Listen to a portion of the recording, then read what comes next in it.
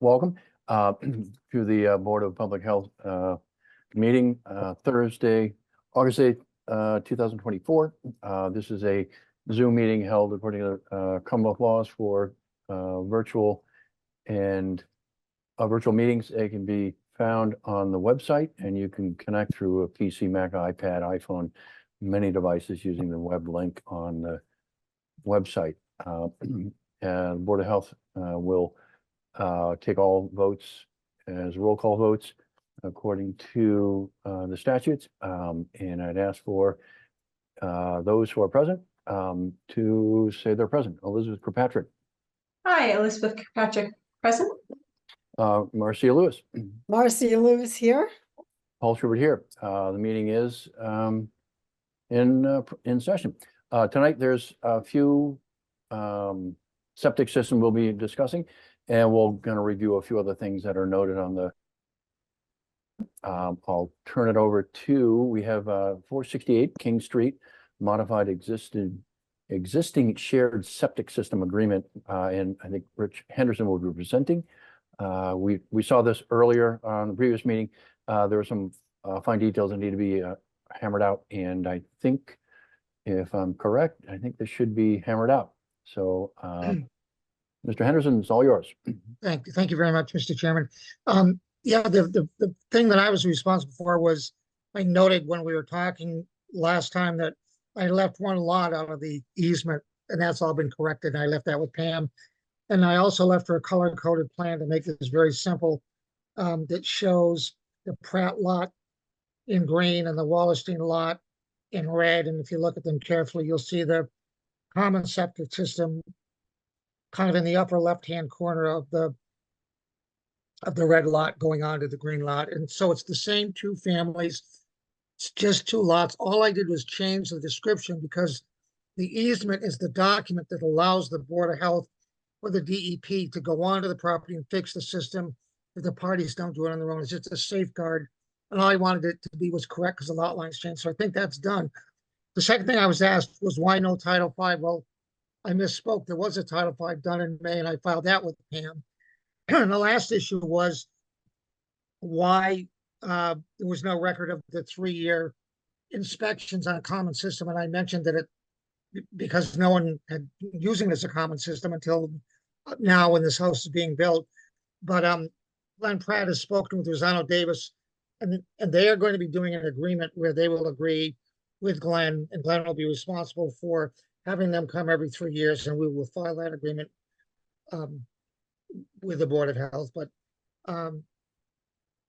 the reason no one had been doing the inspections on a 3-year basis is because it wasn't used as a common system. It was used as one family for the last 15 or 20 years. So I think.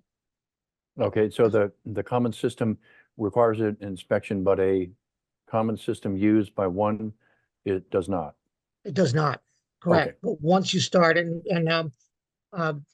I told Glenn that you were looking for something to verify that, and he immediately spoke to Rosano Davis.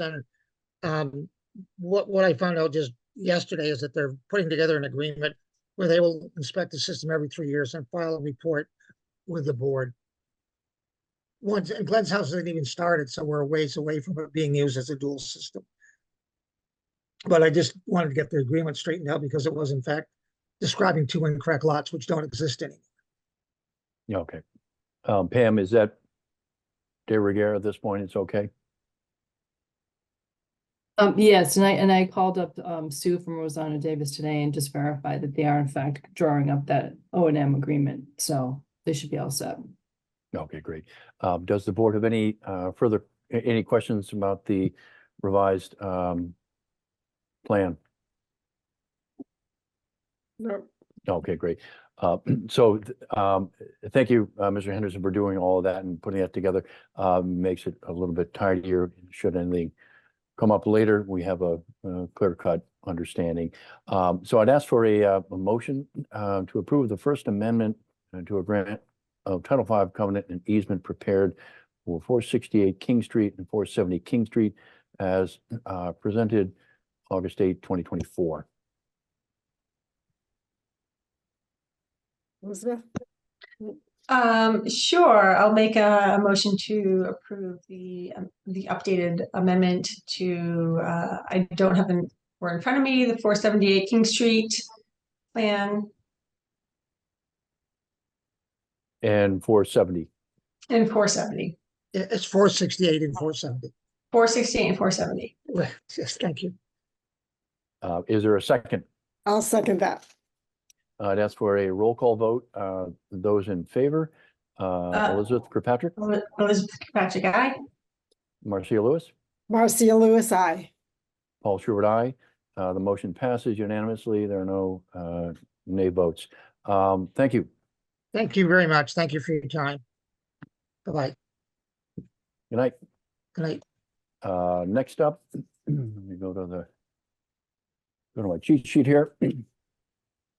Next up is 193 and 195 Sawyer Street Septic System. 195 Sawyer Street is a new construction, and 193 Sawyer Street is an upgrade. We have Kelly Engineering Group presenting. I'm not sure who that will be, but I'm sorry, it's David Mackwell. Yes.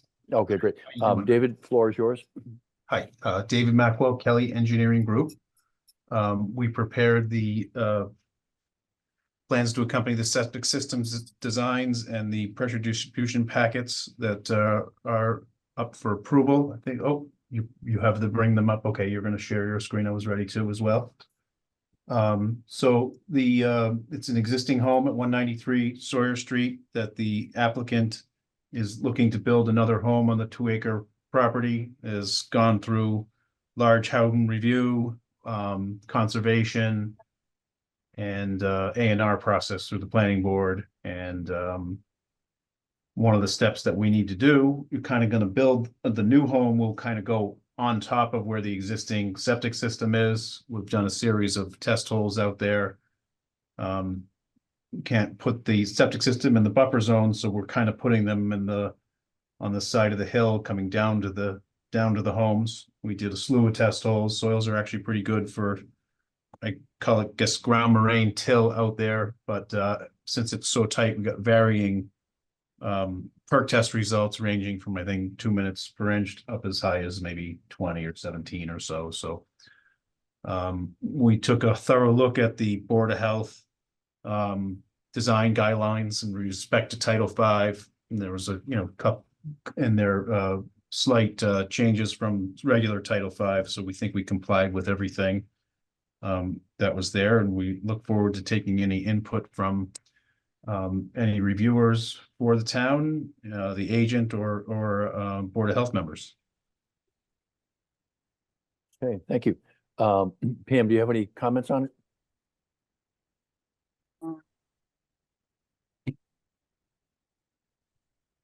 No, actually, I reviewed the plans and I think I submitted one minor comment and Okay. it didn't change it really didn't change anything. So it should be all good to go. Yeah. Anyone on the board have any questions or concerns? No. Okay, so a quick question. So I'm on Sawyer Street. I'm not on a butter, but I'm downhill from where that is. Is that after Deer Hill on the right? It let's see, it's directly across from the curb cut to the school. Okay, all right. So it's So- the large piece of property that's up with the brick wall? You got it. So part of the brick wall will have to come down, which there's gonna do a new driveway there. So we'll be working with the DPW to get that, it's kind of where the curb cut is now. It was the new curb cut, but we'll probably relocate the crosswalk for the school and build a new, build some new sidewalk to make it all work better. That's all on the plan, that not in front of you, but in the large house review and the, Okay, great. the site design that doesn't have to do with the on-site sewage disposal system. So Yeah. we're More of a- well along on behalf of the applicant. We'll be doing some final coordination with the landscape architect to make it a beautiful place. But we have all the big picture permits and they have a builder. So don't know exactly when they're going to get ready to go, but the plan is to move the move the parents into the home and have a family compound. Okay, great. So if there's no other discussion or concerns, I'd ask for a motion to approve the Desmond residence plans to accompany Board of Health permit for 193 to 195 Sawyer Street, Cohasset, prepared June 2024 and as presented August 8, 2024. Yeah, I'll make a motion to approve Desmond resident plans to accompany Board of Health permits for 193 to 195 Sawyer Street, Cohasset, prepared June 20th, 2024. Is there a second? I second. And a roll call vote, all in favor, Marcia Lewis, Marcia Lewis, aye. Elizabeth Kirkpatrick, Elizabeth Kropaczek, aye. Paul Schubert, aye. The motion passes unanimously. There are no nay votes. So I'm looking forward to construction on the street. Sorry about that. All right, take care. Thank you. All right, bye. Have a good night. Thanks for donating your time. Good night. So I'll go back to the cheat sheet. The next up is 5 Stratford Terrace, a new septic system, and Morse Engineering. Jeff Hassett and or possible Paul Gunn, I'm not sure who's here for them, will be presenting. Doesn't look like either one of them came. Okay, But since they're not asking for a variance, they're here only because it's new construction. I mean, I could actually just do it on their behalf. okay. So let me just share my screen.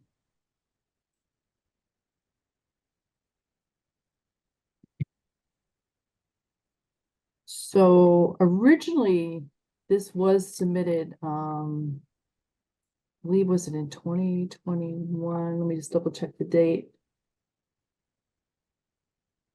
And yes, in 2021. 2021. And so the plans are only good for a couple of years, so they expired. So they knew they had to resubmit these. And the one thing they did do to change them is that they increased the flow from I think it was 5 bedrooms to 6 bedrooms. So once you increase the flow, that does make it new construction. So that means that you can't have any kind of variances at all. So I did review the plan. Everything is in compliance with Title V. There's no variances needed. They've met all their setbacks. So I would just recommend approving the plan as is. Okay, and off of Heritage Lane, so where is that? I could show you what that is. It's actually my neighborhood, so Oh, is it? it's off of Beechwood, Beechwood between South Main and 3A. Okay. Off of that Oh, is the right, I Heritage, know, and then yeah. this is a small cul-de-sac on the end. Right, okay, I know where it is now. Yeah, Sure. yeah, it's a little cul-de-sac that pops off of Beechwood. Yeah. Okay, I could just pull out since we're here. there it is, yeah.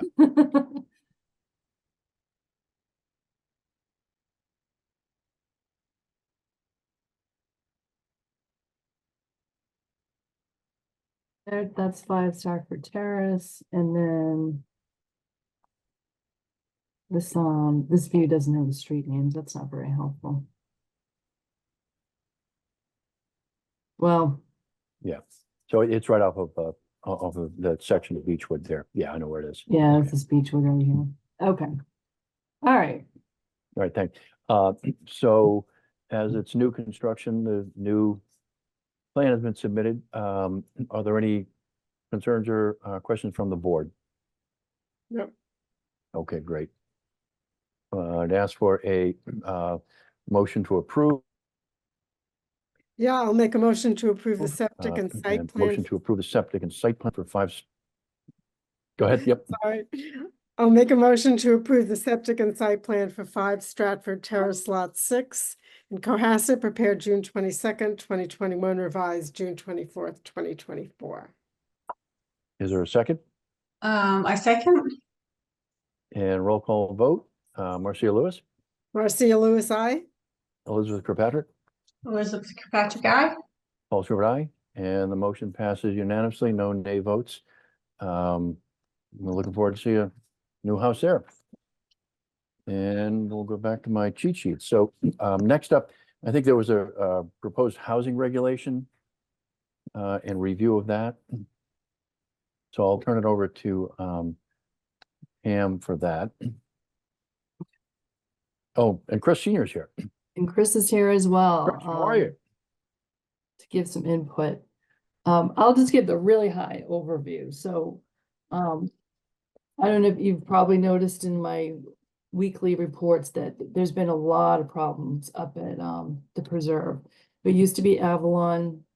The Avalon sold to this other company called True America. The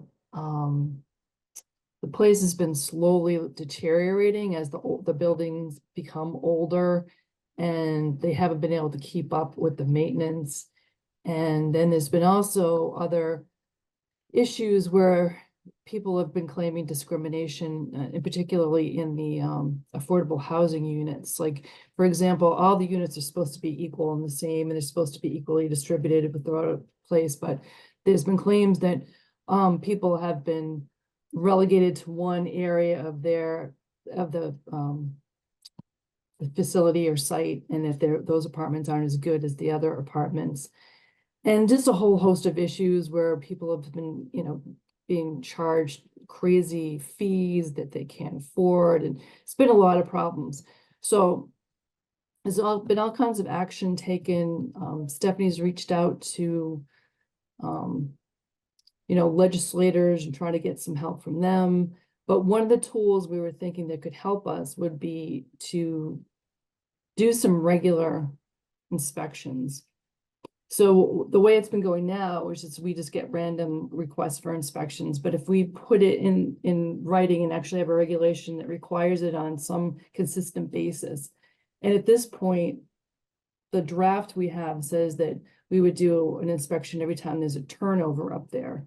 But there's also a school of thought that it might be a good idea to do every unit on an annual basis. And that way you can get in and you can kind of see, is one unit not as good quality as, say, a second unit? Are there consistent problems going on there? Like, because of the age of the place, the compressors may all start going out at the same time. I think there's problems with the smoke detectors all starting to go right now. So there's many reasons why this could be one good tool to start to help those people up there. And maybe Chris and Stephanie, maybe you guys have something to add to that as well.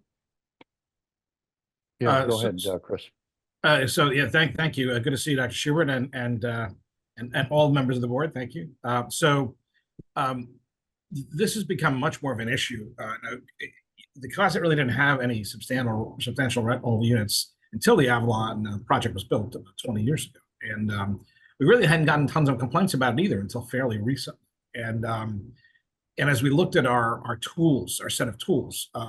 The biggest one seemed to be this, that the Board of Health has the ability to inspect for safety reasons. And a lot of our neighbors have been doing that for many years. So Pam has taken the lead on this, and I appreciate all the work she's done on this to look at the other communities that do this. And as a bonus, our new public health nurse, Joni Taverna, actually ran a similar program in Hull. She actually ran their rental inspection program. So we already have this great resource now that can help us set one up. And as this has come in front of the select board, they've expressed, I floated this out in front of them at a prior meeting, and number one, they'd actually like to have a broader conversation with all of you at some point when we can arrange something. That said, I'm just speaking from what I'm hearing. I'm not speaking on their behalf per se. There seemed to be a clear sentiment that perhaps annual inspections were more effective, right? Not just when there's a turnover. For one thing, we don't actually know where all the rentals are in town. Right? Something we're gonna have to build. We know where the big complexes are, such as they are, but we don't know how many other units are rented, and we're gonna want to find that out as much as we can. So that said, it does seem that it would be a good thing to consider an annual rental program, and it's not gonna pop up overnight. Obviously, there'll have to be fees involved, and that said, I think we now have this great expertise in house we didn't have before that'll really help us get a program together, because we want to make sure people are safe and that they're being treated fairly, and that landlords, whether they're large landlords or small landlords, appreciate someone's looking over their shoulders, and they really have to pay attention. Now, as a bonus, I don't know if you've all seen that the state is moving forward with this automatic second home on every one single family hut. You can have an accessory dwelling unit once on any single family zoned lot in the Commonwealth of Massachusetts. So the potential for more rental units is there, and I don't know in Cohasset if that'll happen a lot, but it's possible. So, and those are things that we can't even control. So it's one more tool. This kind of rental inspections would be another tool that I think would help keep people safe.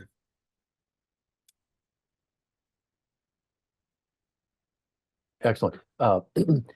So I think one of the things is equitable nature of the inspections, and I think if all the rental properties are inspected once a year, it kind of sets the ground rules that everyone is involved at the same level.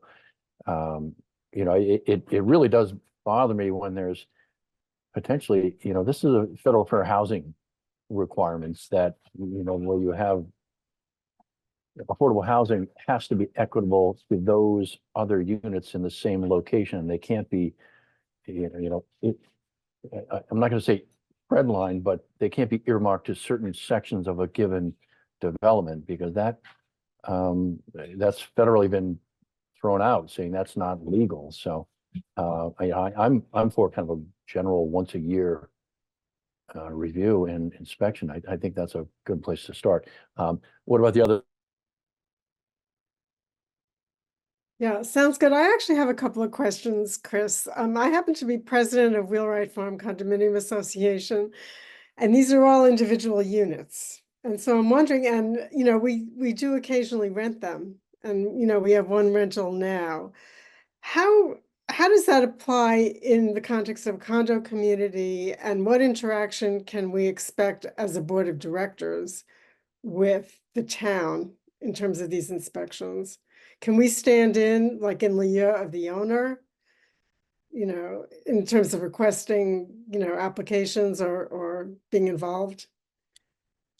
So that you're raising a good questions. So obviously the condos that are owned would not be rented, would not be inspected, right? I mean, if you're living in if it's an owner occupied condo, or even if we had a co-op scenario in town where those are technically rentals, right? You own the share of the whole. I don't know if we have any of those setups, and I don't think this kind of inspection is designed for that. I think it's more designed for just a rental of a unit. And again, No, but we do rent them. No, but I'm saying, so Yeah, okay, what we would right. probably would probably be easier would be that if there's a rental, you just let the town know that unit, making up numbers, right? Unit 37 is being rented. Okay. And then, you know, then you let the Board of Health know, and then, you know, we go in and do the inspection and give you a report back. That's kind of how it would work. But would that be the responsibility of the board of the condo association or the owner of that particular condo? Or Normally, it normally be the owner, but you know, again, if your association wants to take it on themselves and say, we want to make sure we're all complying with the law, so we're going to do this, it would make it easier for us to work with the board, Yeah. right? Yeah. So actually, that would make a lot of sense. I mean, how you decide to do it is really entirely up to your board, but that would make some sense, right? And then that way, you know, it's being followed and there's no issues with the rules and. Right. Because sometimes the owners live far away. And Right. sometimes if you find an infraction or something, it might be a common element and not internal. So, you know, we kind of own the outside siding and we take care of leaks, roof leaks and things like that.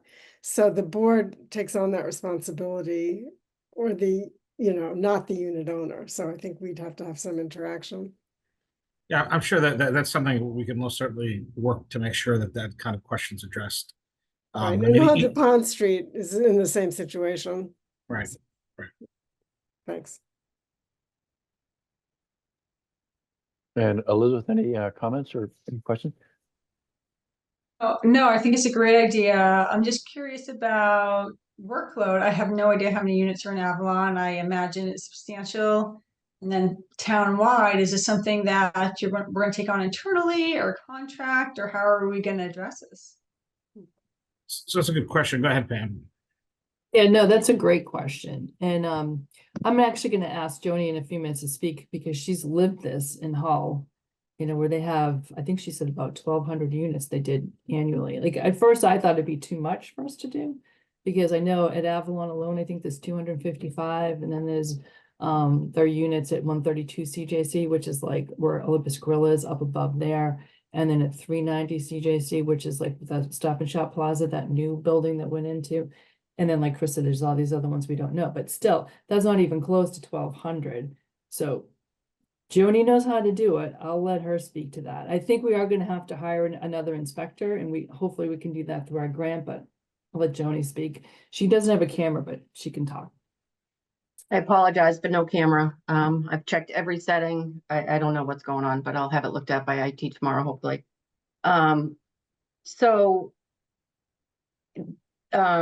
We in Hull, we had 4, at times 3, part-time. These were very part-time inspectors. And we were able to cover, you know, the annual inspections. And I think I mentioned this to Pam before that, you know, even though they're annual inspections, the inspection would take place on the day the application was filed. We'd schedule it, and then, you know, the inspection would take place. So it's a rolling basis. So it's not as though January 1st, you're faced with, you know, say in Cohasset, 500 rental inspections at once. They're coming in kind of in dribs and drabs. So they're spaced out. I think it's doable. I think it's a great idea. I mean, when you look at what we're looking for on these inspections, it's the minimum standard of fitness for habitation. So we're not looking for, you know, all these outrageous things on an inspection. We're looking for life safety issues, smoke detectors, carbon detectors, water temperature, you know, things like clothes dryer venting, make sure that's vented properly, you know, things of that nature. So we're not necessarily looking at the cosmetics of the place, you know, how fancy it is or nicely designed, or, you know, these are minimum standards. So, and I think it benefits both the owner and the tenant, or the occupant, if you will. You know, as Marcia just stated, a lot of owners live out of state. Some have bought property and never even laid eyes on it. So to have somebody to back that tenant if something goes wrong, and vice versa, if you have a tenant who's lived there for years and, you know, nobody's been in there since they moved in, it was brand new when they moved in, and now you've got, you know, smoke detectors that have been taken down, or no dryer vent, or things like that, you're also, you know, you're helping both sides, I guess. Thank you. I appreciate that very much. So a couple of questions, like, will you be looking at like hallways and emergency exit lighting, illuminated lighting, and or is it just strictly in the units? Nope, absolutely. If there are any common areas, we inspect those as well. And as Marcia pointed out, you know, if you're in a condominium complex, that doesn't fall on the occupant, but we have eyes on it. So we could go after, I don't want to say go after, that's the wrong terminology. No, but ensure. Yes, ensure resolution of those violations. Okay. And then, so when we talk about equability between,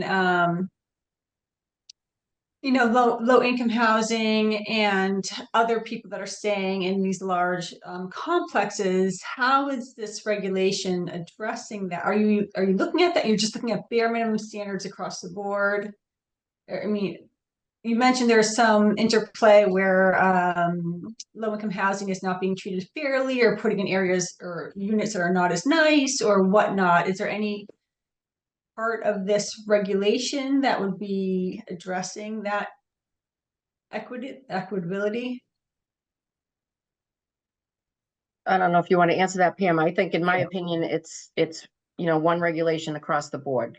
You're looking at every unit in the same manner, under the same code, if you will, you know, the state sanitary code. So yes, and my answer would be yes. And the reports, you know, we could add an element to it to say, you know, if we know that we're going to an area with this dedicated affordable units, we'd want to, you know, bring back some other information. It wouldn't be regulated under this ordinance. We would have somebody out there looking. And if they say, oh yeah, it looks like unit 1 has a 1957, you know, washing machine, and unit 2 has a, you know, one that it reads your thoughts and cleans you, obviously being, you know, just stretching here, and unit 1 happens to be affordable, and unit 2 is the market rate. Well, that's not, And then we could, that wouldn't be enforced under this ordinance, but knowing that's happening now, which we wouldn't even know, right? Unless somebody self-reports, but now we know that. And we'd be able to say, hey, wait a second, then we can independently, using other avenues, say, hey, wait a second, what's going on? Is something wrong here? So it's because what that happens now, right? If the police happen to be in a unit for some reason, they can report back and say, hey, by the way, in this house, there were 3 kitchens. And the assessors can look back and say, are there 3 kitchens permitted, right? So that kind of stuff happens even in a small town. And so by being there, we'd actually have that an understanding that we wouldn't have now, and which I think will help with those other issues, if that answers your question. Great, thank you, Mr. Senior. Yeah, I think the visual inspection is going to be a very helpful, much like saying, the washing machine is, it's not up to the usual standards in the other units. The same thing could be said of location wise. If you're going to the affordable versus the expensive ones, and all the affordables are in a single section, you're going to raise a question saying why, and that you start looking at the equity aspect. And I have to ask Pam, do you have visibility on which units are affordable and not in traditional? Or does the town? Sure, the answer to that, do you know, Chris? So yes and no. So again, when the inspection is not predicated on that, right? This kind of inspections are based on every unit, right? But the data then can be used back. We just got some materials the other day for the first time I've seen that may actually identify some of that. And again, remember, it's there's a degree, it's not tied to individuals either, right? It's supposed to be tied to the unit. So we know that there's 55 units that are supposed to be dedicated to affordable at the Avalon, for example, right? Or the Preserve, I'm sorry.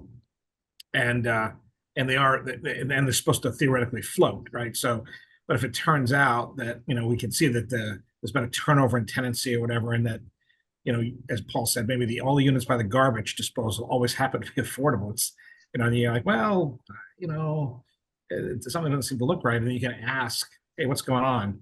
How is this working? Because right now we can ask questions, but we don't necessarily have an answer, right? And we can't go, we really, this will start giving us data. Number one, it's going to most importantly be safety, right? But this will start giving us data which we don't have, and I think it'll start helping us mix with other authority we may actually have, and it's going to have to be something my office works, I think, with Pam on independently, and probably the planning department independently to check those things, because there'll be more affordable units popping up in town. We already know that there's one building that was created as a result, or 4 units that came out of the Quest on Inn, those beautiful waterfront condominiums. So there's 4 units that were off-site that were done, and so those are going to pop up more and more. And we even have the units now. Those are going to be ownership units, the One Pleasant, but there's other rentals in town that we know of, and we'll just have to watch those. I just wanted to point out one thing that I think hopefully these inspections when folks move will help. And I don't know, Joni, I think you guys did that in Hull, right? When the unit turns over as well as yearly? No, it was strictly annually. Yep. Okay. So the hope behind the when they turn over, so something that's happening right now is when people are leaving because they're sort of forced out by the rent, they're charging them like enormous fees for everything you could possibly think of, including like cleaning fees, this, that, the other.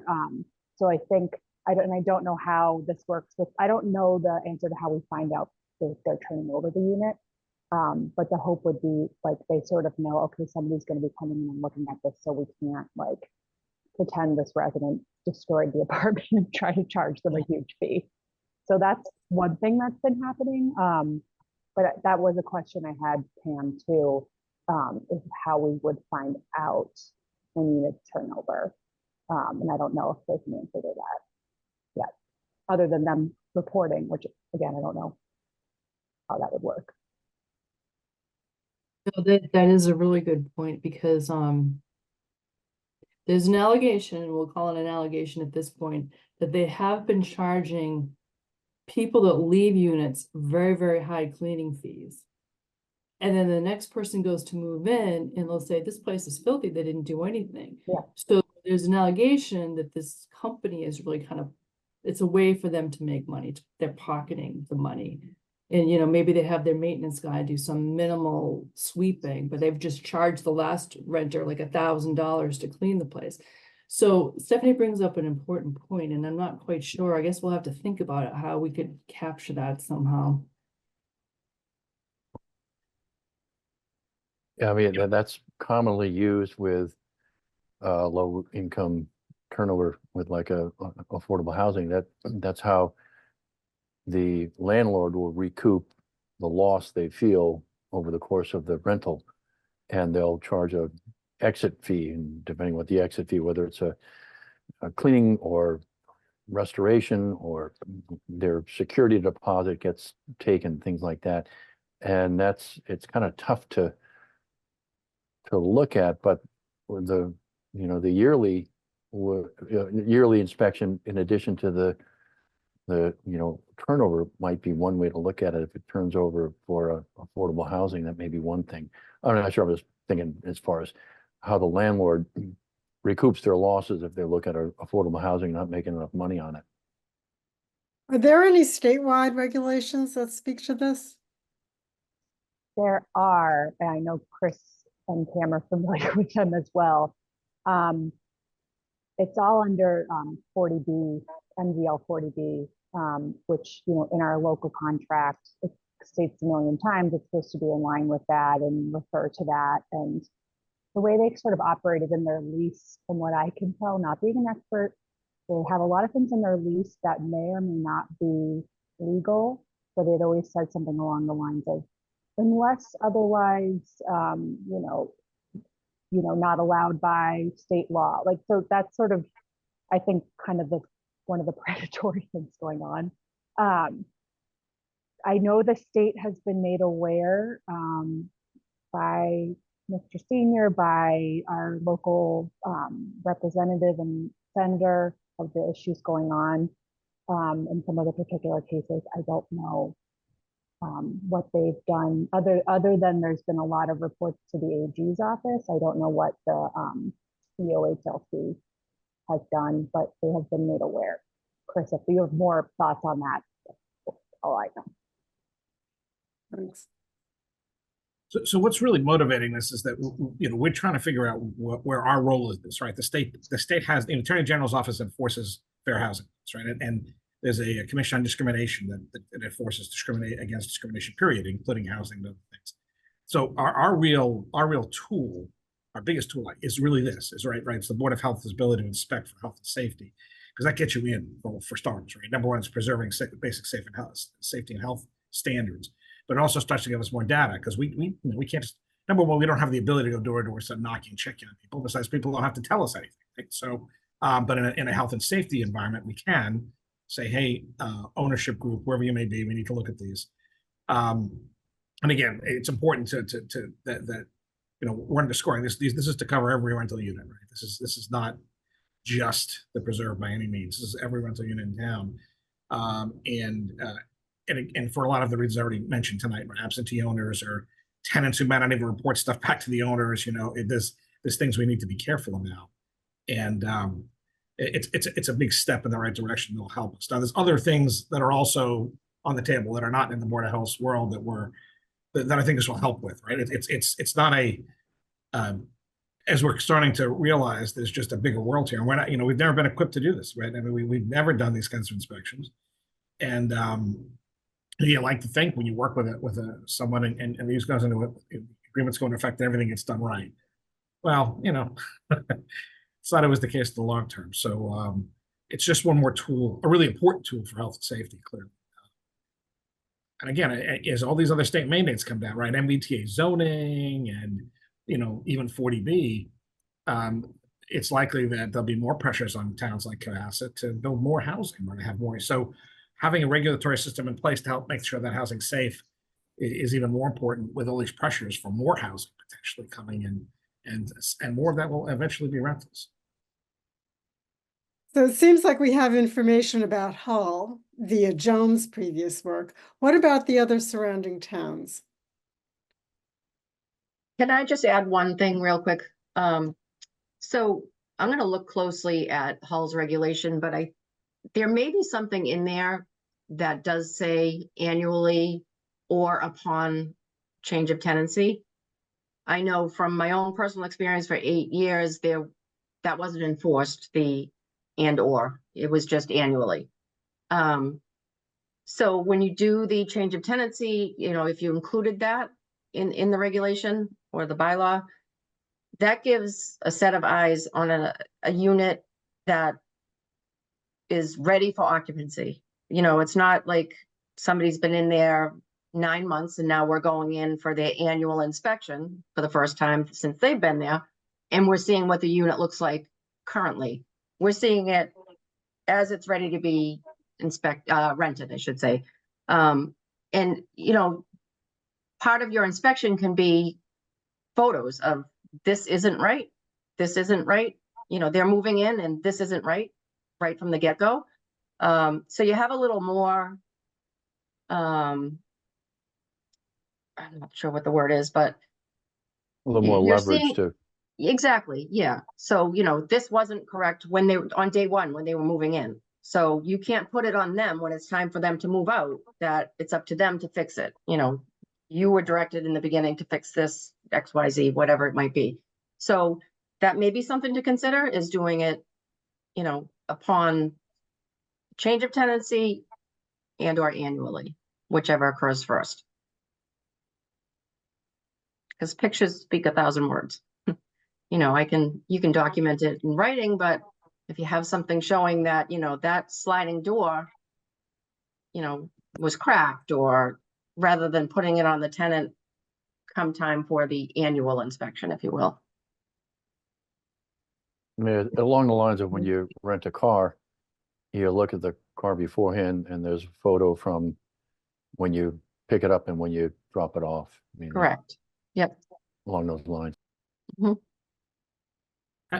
And also part of the conversation we're having is helping with some tenant awareness. We're preparing a set of links to existing resources that are out there. We don't want to, we're not going to recreate the wheel of the Attorney General's Landlord and Tenant Guidebook. We want to make that more accessible. We want to have that much more, and we're going to have that much more accessible. And there's tools and tips in there too. Like, as Dr. Schubert just mentioned, I do that with a rental car, right? I walk around the car, I check the blinkers, I check the lights. I think we've all had experience where we're like, wait, hey, the taillights aren't working, right? Or it smells like somebody dumped an ashtray inside the car, right? And I don't want to be charged for a cleaning fee for that. That's not every tenant necessarily, fully aware of those things. And we want to make sure that their tools are out there, right? That we have these, we have links at least to all of the resources that the state and not-for-profits have available to them. So that's a whole other thing, but it's all part of this conversation. And Pam, correct me if I'm wrong, but as I read it, the draft regulation for Cohasset does say at change of occupancy that they will request an inspection. Yeah, that's the way it's written right now. Yeah. And so this was kind of the high level discussion. Should we, instead of making it just during turnover, should we also do it? Should we do it annually? And now I think Joni brings up a really good point. It's the best of both worlds would be and/or whichever one comes first. That makes sense. And then to answer your question, Marcia, about surrounding neighbors. So when I did a search to start these regs, I wanted to find a template to use, and it turned out Hull and Weymouth, I think, really used the same template back in the day to start with, because they're very, very similar. Only the difference being Weymouth is doing them at turnover and Hull is doing them annually. So I kind of used that as a template to start. Our other surrounding South Shore neighbors didn't have anything. And then I got little bits and pieces from some other towns in the North Shore, like Salem, Merrimack, and somebody else. But the basis was Weymouth and Hull. Thanks. I mean, personally, I'm probably conservative on this matter, but I think change of occupancy and annually would make sense. But that's my personal opinion. So I think, Pam, as far as Weymouth goes, I think they probably, and it's just a guess, having worked there previously, that they went with change of, change of tenancy or occupancy based on the sheer number of Mhm. rental units they have. I mean, they have Makes thousands. So, Yeah. to be able to do those both annually and at change of tenancy would be a lot. Overwhelming, definitely. It would be a lot.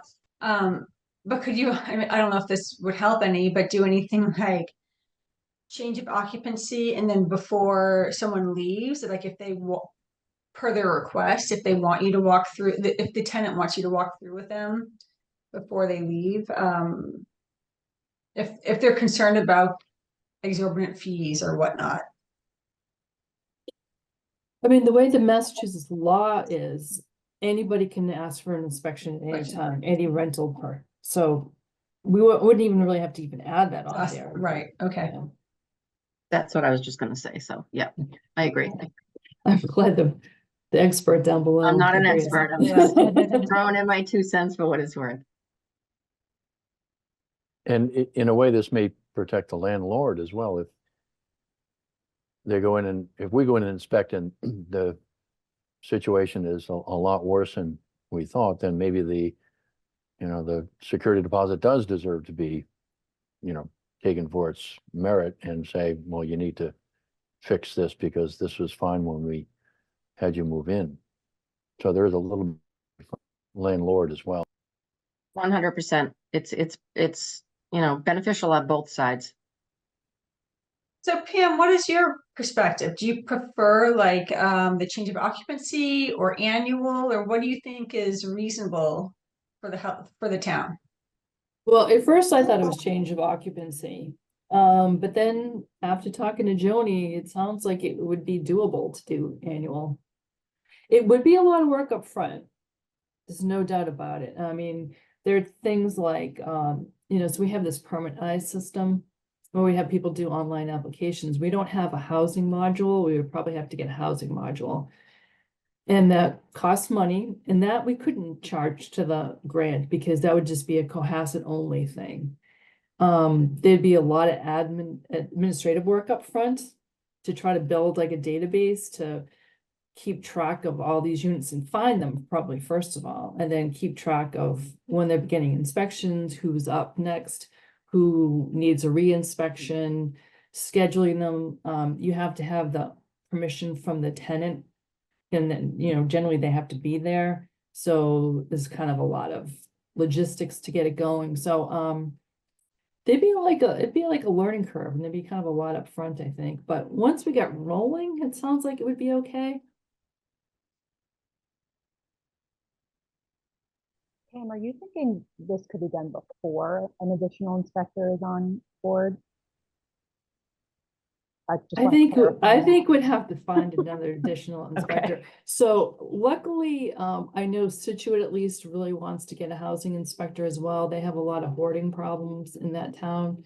And that's been one of their requests, that we try to find someone to do housing inspections. I think the biggest problem is finding that person.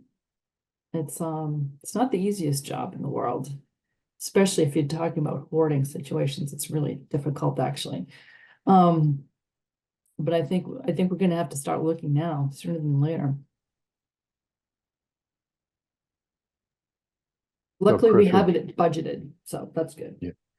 So Chris, would that be something that could be posted, or what would be the process? And that Yeah, would I be mean- us. Sorry to jump in, Chris. No. But so under our PHE grant, we would post it. And so there's like all these, all the different towns, these PHE grant towns, we have like websites where we post all our job openings. And anytime you go there, they're always looking for public health nurse, public health director, public health inspector. So we'd use all those existing resources. And really, none of us would need something full-time, but across, that's one of the great things about this regional grant, right? By adding ourselves together, we end up with full-time people in positions, which you otherwise wouldn't necessarily have. and you can usually get more candidates to consider that typically. There'll also be, for the regular inspections, there'll be a fee, right? The landlord's allowed to pay a fee for this. That'll help pay for this too. Because there are, as Pam points out, there'll be administrative costs, right? They'll have to be records kept and notices sent out and stuff like that. And, we want to make sure that we have some revenue coming in just to help cover the cost of the program. Okay, so it looks like the consensus from what I get from the board is that this is a reasonable approach, and I think probably consider, the options. Is it yearly? Is it change of occupancy? Is it both, or a variable option there? And then look at how do we implement it with, it sounds like we could probably do like a regional health inspector that could be used different towns in the area using the grant. Does that sound reasonable? Yeah. Okay. So then I guess we'll probably come up with a draft to look at and consider maybe the next meeting or the following meeting, looking at what sort of requirements and items should be included, and probably put it towards, it's probably going to have to go to town meeting, I would think, right? Or do we have to? No, that's the nice thing, Paul, is that you have the Board of Public Health has the ability to adopt these as regulations. This is not a bylaw.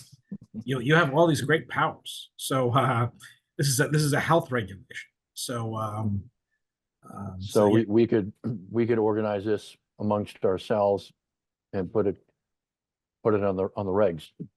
Yeah, and again, Okay. in the unified whole of it, we still have to and make sure there's funding for it, Legal and yeah. then right, and I mean, council's already taken a look at the first draft, the materials you've already seen, and Pam and I are going a few of the other points today, which I think we still have to hammer out about, the non-criminal disposition, which I think is probably the better answer. If this if this becomes criminal, no one know if there's any violation, it'll never get handled because the district attorney will never do anything because they just, they don't consider this stuff real crime and they're busy. I had the same problem in New York, but until in New York, we were able to prosecute our own local violations. That's what I did for a while. I actually prosecuted local code violations, including rental violations, rental registration violations. But in Massachusetts, we don't have that authority at the town level. I wish we did. And then we, because again, it's not that the DA doesn't care. It's just they don't really have the resources, the expertise of this stuff. I will follow up more with our special counsel too, because I have to see how Hull prosecuted these when there were issues. I mean, most of the time it's a report, you get it fixed, right? If there's a recalcitrant landlord, then you have to have a penalty phase. But I think that's all something we can work on. You hope you never have to do that, but you have to have some teeth there just in case. Yeah. So it may go to the Attorney General or to the Fair Housing Commission and at the state or federal level, but ours is more, these are the requirements we would like to see followed, and if they're not, there'll be a penalty. Yeah. And again, you have the authority, you have that regulatory authority, which is kind of cool. So we'll all right. So what you meet roughly the first or second Thursday of the month? Is that your typical schedule? Typically Tuesday. On Tuesday, I'm sorry. Yeah. But we juggle it around. Sometimes it's Wednesday or Thursday if there's scheduling problems. But usually it's Tuesday, the first or second Tuesday of the month. Well, it can't be the first Tuesday in September because that's the state primary. So. Oh, we're not allowed. Yeah, not allowed. You have to go on another date. Have to push that back. Yeah, so probably, I mean, that's what we'll be discussing a little bit later, but it would be the next one would probably be in September, probably the second week in September. Well, the select board is meeting on the 5th. So their meeting is set for September 5th, that Thursday, because they can't meet on that Tuesday, the 3rd. So if you end up doing it that night, again, I know there was some interest on the select board of maybe doing some kind of a joint meeting with you folks just to talk about this. I know they're very supportive of the concept. So, maybe if you end up meeting that night, we can kind of link the meetings at one point. But again, I'll leave that up to all of you to think about schedules. But thank you. I really appreciate this. The 7th of 5th of September. 6th of September. The 5th, I think. 5th. Oh, yeah. I'll look and see what the Yeah, so, but again, if that's okay. I mean, if you can't do it, that's fine. They're already meeting that Thursday night, so, and we've mastered the hybrid meeting, so. It took a pandemic to do it. I know, and it's one of the great things about this, right? Otherwise, we would all have to be crammed into the health office right now during this meeting, right? So, makes life a lot easier. Well, good. So any other discussions from the board or the members? Okay. So we'll probably, I think, consider, a second draft and look at potential options, and we'll see timing wise whether or not a joint meeting may be an option. Thank you. So the nothing further, we'll go to the next on the agenda. We are almost on time, not quite. Revisions of the Cohasset Supplemental Rules and Regulations for Title V. See, so that's me. Let me just All yours, find. Yeah, let me just find this. Okay, so I don't know, you guys have probably noticed that every once in a while we get requests from engineers when they're submitting their septic plans. They want a variance from our own Cohasset Title V regulations. And the one that people are always asking for, and it's pretty consistent. Let me just share my screen here.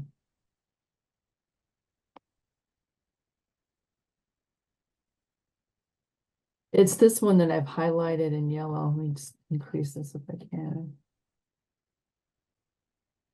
It's too much. Okay. So this is one, and nobody probably even knows what we're saying. All systems that require pumping shall be pressure distributed and designed in accordance with the requirements of 310 CMR. It's Title V, except for when pressure distribution is prohibited. So I think this was kind of like somebody trying to micromanage, I think, back in the day. And I went and I talked to a couple of different engineers. And one day when I was out doing a perk test we have Phil Spath, who does most of our oversight, but I go out and join him sometimes. And then another engineer, they were both on site. And I was talking to these guys and saying, what do you think? Do you think we should get rid of this? And they both said, absolutely, yes. They said, they're engineers, they know what they're doing designing these systems. It's somebody trying to micromanage. It actually would make it more expensive, very expensive for homeowners to do it this way. What it is it's pumping directly from a tank to the field, and the pumps kind of go on off, so that like it's kind of evenly distributed. But it's much easier if they just have one line that goes to a distribution box, a D box, and then the D box evenly spreads it out. It ends up like being the same. So what happens is, to somebody like Terry McSweeney's always saying, well, in lieu of this, I'm going to put a distribution box in there, a D box. And that's the standard way to do it. And it's the same effect. And again, they're taking on the liability. They know what they're doing, designing it. And this is kind of really overstepping, like trying to mandate somebody to do it this other way. So I would recommend, and we can't really change it now because it's changing our regulations. We'll need a public hearing for this, but I just want to bring it to the group and see if you guys are amenable to us deleting this out of here. Because all we ever do is give variances to it. It's never effective. And have there been problems with the variance when they're allowed with the systems that you're aware of? It's not that there's problems, it's just that it costs a lot more money and it doesn't really buy you anything more. So are D boxes or distribution boxes required in lieu of pressure treated or pressure disbursement? it's just more the alternative way of doing it. It's the more typical way of doing it. Is it distribution box? Yeah, definitely. So that would still be in play. Yeah, per that's what they se. would use instead. That's what everybody Okay. wants to use instead.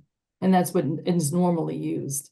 So this was kind of, I think they told me probably originally they put this in there. I think it was when IA systems first came out. They felt like it might be an important thing to put in there, but they're like, there's been so much improvement in IA systems that it's just really not even relevant anymore. Okay, thank you. So if you think this is something we might want to do, I can set up a public hearing and we can change this. And then Amy also brought up a good point today. It might be a good idea for us to even make sure these citations in our existing regulations even are still correct, because sometimes they make changes like overall to Title V, you know, the numbers change, and it might be a good exercise to kind of go through it and make sure it all still lines up according to Title V. So we could do that, see if there's any changes that come with that, and then ultimately get rid of this thing. So Works is there a for way to me. have like a town engineer just give us a quick overview with if we have a hearing? Yeah, I could invite him to the hearing. That's a good idea. So like I said, we have Phil Spath, who we pay to go out and do our, he witnesses our perk tests for us. He does the inspections as systems are being installed. Usually there's 3 inspections involved. And he was an engineer for like 40 years. And so now that he's retired, this is what he does for us on a part-time basis. And he's very knowledgeable. So I would definitely invite him to the hearing to explain it. Because it's kind of out of my Yeah, expertise. I know. I'm like 8th grade level. He's more like college level. So it would make a lot more sense. I know water flows downhill. Yeah. Okay. Yeah, so that's probably reasonable. Marcia, is that reasonable to Yeah, set very up some sort of a, reasonable. Yeah. you know, probably a discussion beforehand and then the public hearing. Public hearing has got to have the posting and all that fun stuff. Yeah. Okay. Yeah, so we can set that up probably in the fall. Okay. Yeah, this is no huge rush. Definitely. Okay. We can maybe do it later in September or early October or something. October, November, yeah. Okay. Okay. If there's no other question, we'll go on with the approval of minutes from June 26, 2024, and July 9th, 2024. Any discussion? No, Okay. I'd ask for a motion to approve the minutes of June 26, 2024, and July 9th, 2024, Board of Public Health.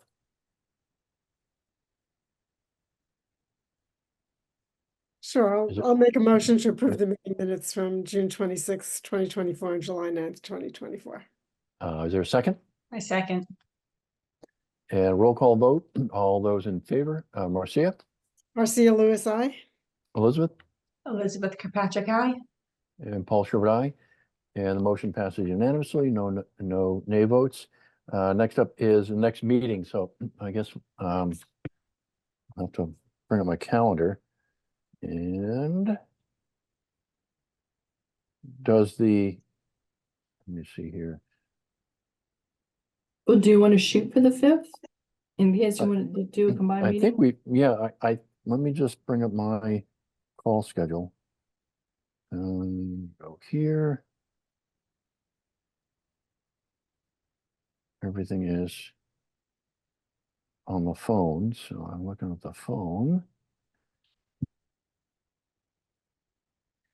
So Thursday, the 5th, I can do any day that week. Does the 5th work for everyone? Works for me. And me. So that's a go? Yep. Okay. So then we probably could do, I'm not sure when the select board meets, but we could do a combined meeting. We can do anything that's required for us beforehand, you know, the couple of minutes before, a half hour before, 20 minutes before. And then if there's a combined meeting, we could join them up when they start. I know that it's going to have to get on their agenda. But if that works, would that work for everyone? Joint meeting? Great. Okay. Yeah, no problem. So we'll set it for, you know, probably at 6, and that's probably going to be flexing to the time of when they start, because we probably, unless have something onerous, would probably get things done in, you know, 15 minutes beforehand. So we could do it just before, get most of the kind of the usual things settled, and then go to the meeting. Does that work? Maybe you want to do like 6:30 since they usually start at 7. Okay, I so mean, we could do can usually 6:30, would that plow work? through our stuff pretty fast. Yeah, we do, yeah, I mean, unless there's something like we had tonight where it's a little more involved, we could set it for 6:30 on the, September 5th. Yep. Okay, good. Yeah. And to the, Public Health Director report. Hopefully I'm not stealing Joni's thunder, but, so Cohasset this week was just elevated from low risk to medium risk for West Nile virus because it was detected in, a mosquito pool. So, Joni prepared a nice flyer about, protecting yourself from mosquitoes, and that's been posted on the website. Other information about the risk level increasing was posted on the website. It will be in the weekly town managers report on Friday. And, you know, it's happening across the state right now. It's a big year for mosquito-borne illness, unfortunately. And this week they also saw like Tripoli in a horse, and they had their first human case of West Nile virus. So it's kind of really ramping up. Luckily, Tripoli the risk will start to decrease in September pretty quickly. West Nile, though, unfortunately, will keep going all the way through the first hard frost, which, you know, conceivably it will be till like November, but we shall see. Okay, get out the mosquito netting. West Nile and Tripoli are two rather nasty viruses if you get them. They're not very common. They're not very frequently seen, but if you get it, it's got a pretty high morbidity with it. So with both of them, so it really behooves to be cautious. And sometimes there's times where outdoor activities sometimes shut when the high levels occur in either of those two viruses. You'll see football practices or track practices kind of kept indoors or limited. Right. Oh, and then also I contacted Plymouth County Mosquito Control today, and I had talked to Chris yesterday, and we discussed like places where we could have them come spray like on a weekly basis. Town Hall, Barnesfield, Milliken Field, the parking lot at Wheelwright, and Wilca Commons, and then the Sailing Club. So we'll have the spray truck come out once a week and do that. Excellent. Thank you. Next up, Public Health Nurse report. May I ask, have you Oh, go ahead. talked to any of the local camps to see if they'd be amenable? Normally I'm like, don't put D on my kid, but coming home from Holly Hill Camp, I mean, she has like 30 bug bites this spite. Mm, You know what I mean? Yeah. I just didn't know if you reach out to the camp environments as well. I haven't, the camps are kind of Joni's purview, but Okay. that's actually a pretty good idea. Uh, Joni, uh, do you think we should do that? Reach out to like Holly Hill Farm? So, I have had a couple of places sprayed or requested they be sprayed already, at Chris Senior's request. Town Hall, the Music Circus, you know, we're trying to think of large outdoor venues that, you know, attract a lot of residents. And then I requested last week or earlier this week, I requested, the rec center. Okay. As far as the camps go, it's not a bad idea, I guess. The thing with them is the mosquito control, Plymouth County Mosquito Control. You make the request and then they're supposed to notify you when they're going to spray. And then they also post it on their website. But if you go to their website, which I've been checking to see, like, had they sprayed the Music Circus, had they sprayed Town Hall, the last update they had was like July 19th. So it's not current. So I guess in making those requests for camps and places like that, I don't think it's unreasonable to notify them, you know, that this is going to happen. Especially like you said, you know, there may be parents who don't want to send their kids to camp because it's been sprayed, or Absolutely. Yeah, so Business, In yeah, Holly Hill Farm too, they're always talking They're about ver- how they're organic, right? Yeah. So they probably don't want to do it. I think in their case, they would have to be the ones to make that decision. make that request. I mean, I'm not just saying, I'm not saying that we spray, but maybe just put it out there, like if you have a concern and that this is a resource. right, I think we could just email them. Yeah. And let them know, I'm not sure if you're aware, but our risk level's just been Mhm. increased to moderate. You might want to consider calling Plymouth County Mosquito Control. Yeah, We'll give them the exactly. contact info. right. Yeah. Yeah, so we can work on a list for that. Pam stole my thunder. No, I'm just kidding. I didn't really have a lot to add other than the mosquito, samples that were positive, and just to reassure that we are trying to put out more information on protection, what you can do around your home, repair torn or ripped screens, so you don't allow mosquitoes into your home, go around your property a couple times a day if you have time to get rid of standing water that may be lying around. And then of course, try to stay indoors dusk to dawn if possible, long sleeves if you do have to go out, some kind of a repellent, those kinds of things. So we are kind of putting some of that on our website, as well as some links to, again, Plymouth County Mosquito Control. Mass Department of Public Health has the arbovirus updates, weekly. There's a link on our website for that. You can check what the risk level is in our area, things like that. So we are trying to stay on top of it. But other than that, I didn't really have a lot since our last report on Friday. And how are the beaches doing? They're doing well, luckily, because our neighbor Hingham, I was talking to Susan, they got slammed this week and their main beach had a reading of like 4,000. So, and they can't take 2 samples a day like we can. So they're like in geomean hell right now. They can only take 1 sample a day because they can't take a sample at low tide because there's no water there. So when we had the rain in the beginning of the week, I talked to Lori Gibbons, the harbor master, and I asked her to go take a sample for us, because what happens is the kids from CSCR take the samples normally and they take it from the shore to represent Baskins Beach, like near the piers. And I'm not really sure that's super representative. And when we've had a lot of rain, there's a lot of runoff. The chances of it exceeding are really increased. So Lori went out in the boat and actually took it right off the shore of Basking Beach to a real Basking Beach sample. And luckily it passed even with all the rain. So we're in good shape this week. Now, if we get a ton of rain this weekend, that, we'll see what happens. But I think the storm is kind of heading more west. I think we're going to be okay. Great, thanks.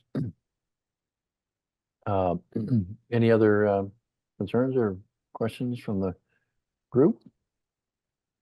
Okay, so I have no topics anticipated by the chair 40 hours beforehand. So I'd ask for a motion to adjourn. Before that, just a real Nope. quick question, Paul. Any updates on COVID cases, given the recent surge? Yeah, so the numbers are still pretty flat. We saw about a month ago double digits. It was 10 or 11. It's 3 or 4 this morning. Quite low. Again, it's under vaccinated or not vaccinated. Older age population. Old in this disease is 45 on up. But the ones in the hospital are typically 60 on up. So they're people like me, my age, but not a tremendous number. With that, also Brockton Hospital, which may be a nice addition to the South Shore occupancy, is going to be opened up next week. And I think they're going to start with the ORs, the emergency room, the ORs, and medical service. So that should help the sheer numbers in the South Shore. And we probably will see fewer cases of COVID as well as everything else. The other thing, the vaccine that is coming out has not been distributed yet. So there's a booster COVID, which will contain the most recent variant, and that looks to be probably being distributed in mid-September. I haven't seen any word that it's going to be out. Flu vaccines will start to come out probably towards the end of August. We have not seen any at our office yet. So that should be coming out relatively soon. And so that should be helpful.